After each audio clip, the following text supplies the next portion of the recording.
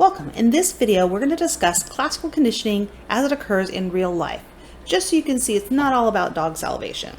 So we're going to understand how taste aversions occur.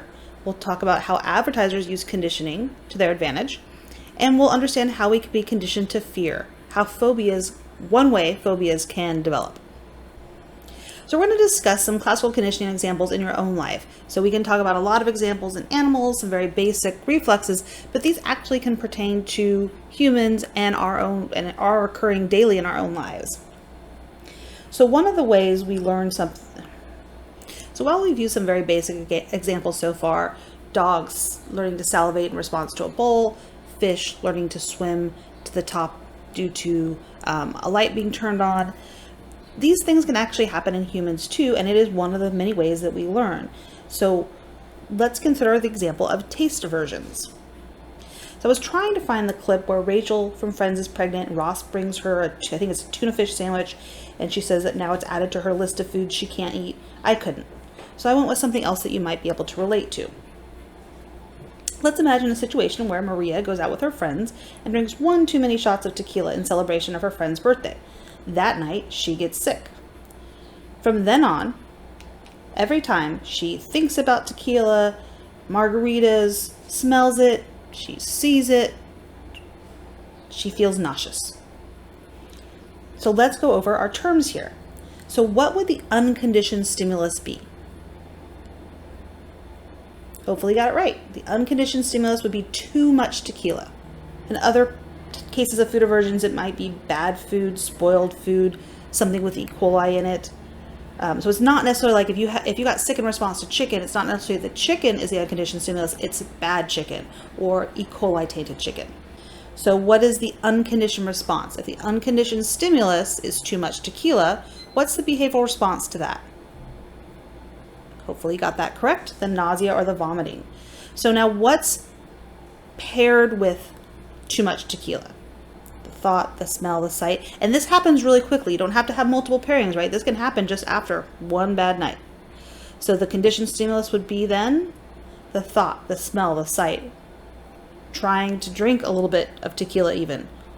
And then what becomes the conditioned response? The nausea. So hopefully you see the similarities to Pavlov's dogs, our little fish that was getting fed by Tyler. Advertisers also use conditioning to get you to buy their products. They use sports, movies, TV and music stars, all of this in their ads to have you make positive associations with their products.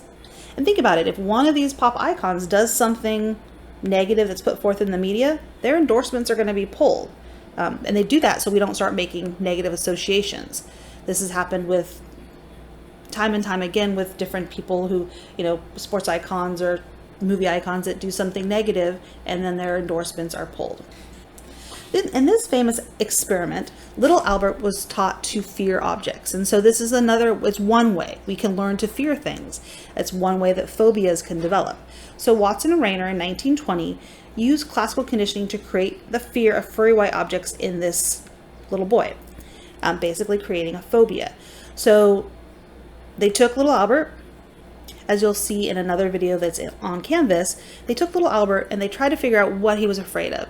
And it shows he's not really afraid of anything.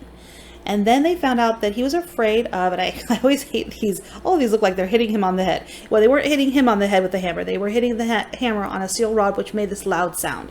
And that is something that naturally children are afraid of, is large sounds. They startle in response to these large sounds. They made the loud sound, he cried. They then paired furry white objects with the loud sound. And they show in the video that he was not afraid of these furry objects. Infants don't really have that natural fear response until they get older, until they can actually get away from that feared object. So they paired the neutral stimulus with the unconditioned stimulus, and over time, that neutral stimulus came to elicit the behavioral response, that fear response. So think about phobias in your own life, something that you may fear.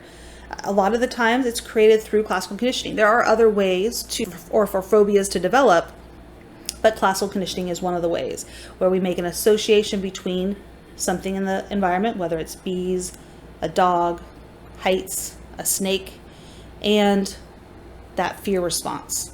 So maybe you were stung by a bee and it hurt really bad, and it made you afraid, and maybe it puffed up a little bit. And so now when you see bees, you get a little bit of a fluttering in your heart and you get a little nervous.